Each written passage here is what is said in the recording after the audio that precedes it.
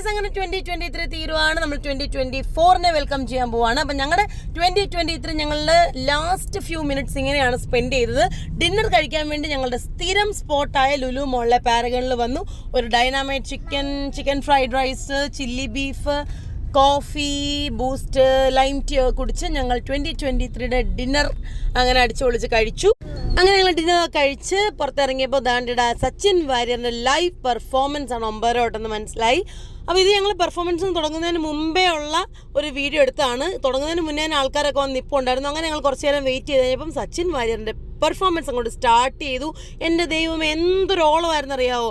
പുള്ളിയുടെ പാട്ട് ഓൾറെഡി അടിപൊളിയാണ്. അതിൻ്റെ കൂടെ ഈ ക്രൗഡ് പാടുകയും ചിയർ ചെയ്യുകയും കൈയടിക്കുകയൊക്കെ അടിപൊളി വൈബായിരുന്നു. നമ്മുടെ കിങ്ങൂട്ടനാണെങ്കിൽ ഒരു രക്ഷയില്ലാത്ത വൈബിങ്ങും എൻജോയ്മെൻറ്റും ആയിരുന്നു. ഡാൻസും തുള്ളലും ഒക്കെ ആയിരുന്നു. അങ്ങനെ ഞങ്ങൾ അടിപൊളിയായിട്ട് 2023 വൈൻഡപ്പ് ചെയ്യുകയാണ്. അപ്പോൾ ഹാപ്പി ന്യൂ ഇയർ.